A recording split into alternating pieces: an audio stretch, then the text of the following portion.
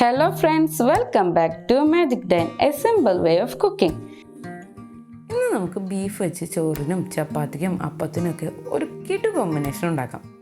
Beef കരിക്ക് ഉലർത്ത്.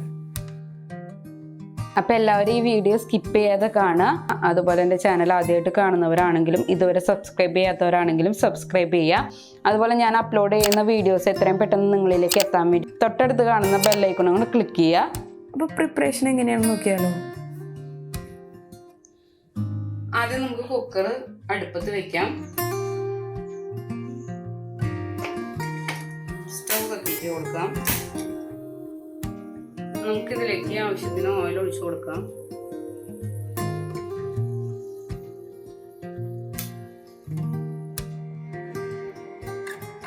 Oil ചൂടായി വന്നിട്ടുണ്ട്.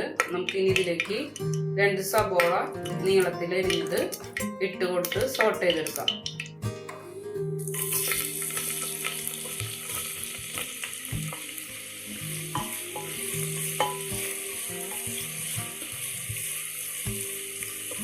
ഫ്ലെയിം സിമ്മിലേക്ക് മാറ്റാം. പെട്ടെന്ന് സോൾട്ട് ആവാൻ വേണ്ടിയിട്ട് നമുക്ക് കുറച്ച് സോൾട്ട് ആഡ് ചെയ്ത് കൊടുക്കാം.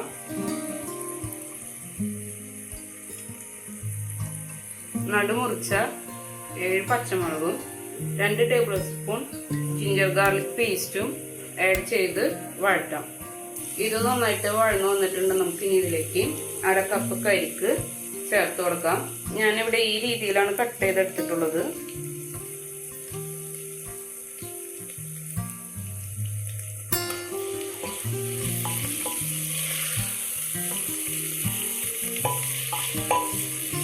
ഇനി ഇതിലേക്ക് 4 ടീസ്പൂൺ മല്ലി, 3 ടീസ്പൂൺ മുളക്, 1 ടീസ്പൂൺ മഞ്ഞൾപ്പൊടി, 2 ടീസ്പൂൺ ഗരം മസാല, 1/2 ടീസ്പൂൺ ജീരകപ്പൊടി, 1/2 ടീസ്പൂൺ കുരുമുളക് പൊടി എന്നിവ ചേർത്ത് കൊടുത്ത് മിക്സ് ചെയ്യാം.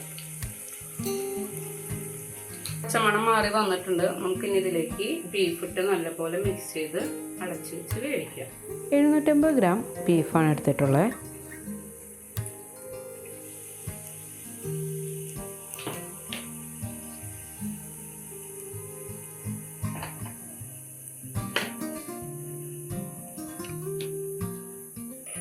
ഈ സമയത്ത് നമുക്ക് ആവശ്യത്തിന് ഉപ്പിട്ട് കൊടുക്കാം.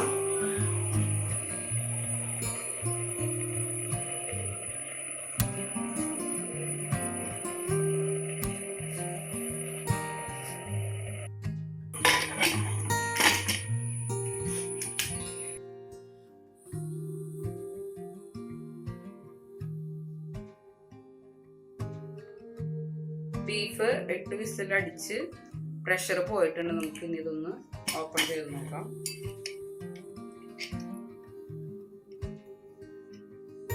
നമ്മൾ ഒട്ടും വെള്ളം ഒഴിച്ച് കൊടുക്കാതെയാണ് ബീഫ് വേവിച്ചെടുത്തത്. അപ്പൊ ഇതിലുള്ള വെള്ളം നമുക്ക് വറ്റിച്ചെടുക്കാം.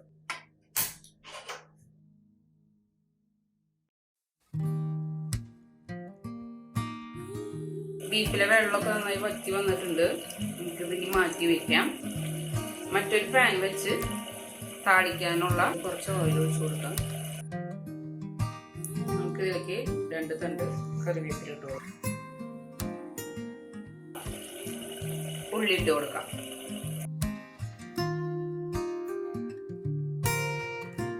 ഞാനിവിടെ ഒരു 10 ഉള്ളിയാണ് ചെറുതാക്കി എരിഞ്ഞെടുത്തിട്ടുള്ളത്. കുറച്ച് സോൾട്ട് ആഡ് ചെയ്ത് കൊടുക്കാം. ബീഫിലെ സോൾട്ട് നോക്കിയിട്ട് വേണം ഇതിലേക്ക് സോൾട്ട് ആഡ് ചെയ്ത് കൊടുക്കാൻ.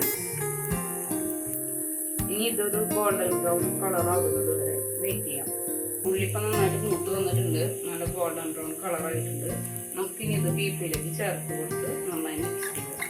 അപ്പോൾ നമ്മുടെ ബീഫ് കരിക്ക് ഉലർത്ത് ഇവിടെ റെഡി ആയിട്ടുണ്ട്. നമുക്ക് ഒരു സർവിംഗ് ബൗളിലേക്ക് മാറ്റാം. ഈ റെസിപ്പി എല്ലാവരും ട്രൈ ചെയ്ത് നോക്കുക. ഫീഡ്ബാക്ക് കമന്റ് ചെയ്തിട്ട് അറിയിക്കുക. അടുത്തൊരു വീഡിയോ ആയിട്ട് വരുന്നത് വരെ ബൈ.